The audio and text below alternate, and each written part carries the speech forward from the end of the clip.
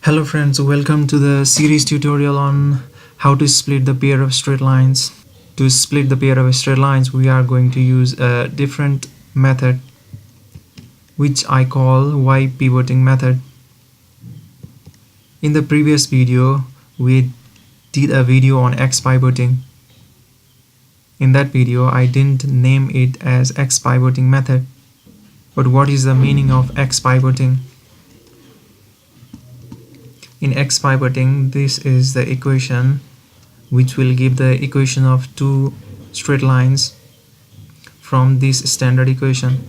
The meaning of X pivoting is that in the coefficient of x squared there is a in the standard form, and in this formula also there is a in the coefficient of x.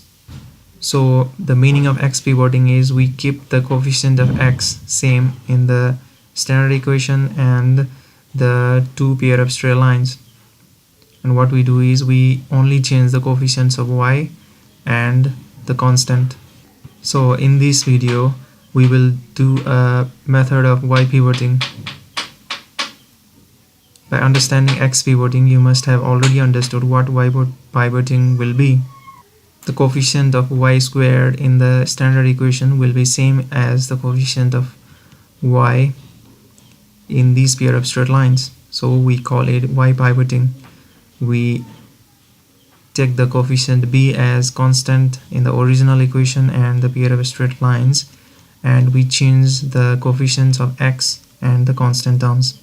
There is a easy relation between X pivoting method and Y pivoting method. Just remember, when x is replaced with y, the coefficient of x, which is a, will be changed to coefficient of y, that is b. So a will be changed to b, and let's see, the coefficient of x is z and y is f. So f will be changed to z and z will be changed to f. So the formula of X pivoting can be converted into Y pivoting by this formula. One thing you need to remember is saying X pivoting does not mean that the coefficient of x is to z. Instead, you can remember X pivoting as x square pivoting because we are taking the coefficient of x square as constant. So for Y pivoting, what we have done is we changed a to b. H is always the same because h is common for x and y, so we do not change h. We change z into f, and a changed into b, and g changed into f, and so on. So we get the formula for Y pivoting. So let's begin. This will be the formula for Y pivoting method, and we will continue with the same equation that we just used in the previous example, so that we can conclude that we will get to the same answer by using this method also. Let's multiply this equation with 2 so that it will be easy for comparing with the standard equation. If we proceed with the question itself, while finding the value of z, we need to divide the coefficient of x, that is -1, by 2. So the value of z will be -1/2, and it will be difficult for calculation. So we simply multiply the equation on both sides with 2 and reach this result. To make it more easy for comparing with the standard equation, we change in this form, and comparing with the standard equation we get a equals 2, h equals 3, b equals 4, z equals -1, f equals -4, and c equals -12.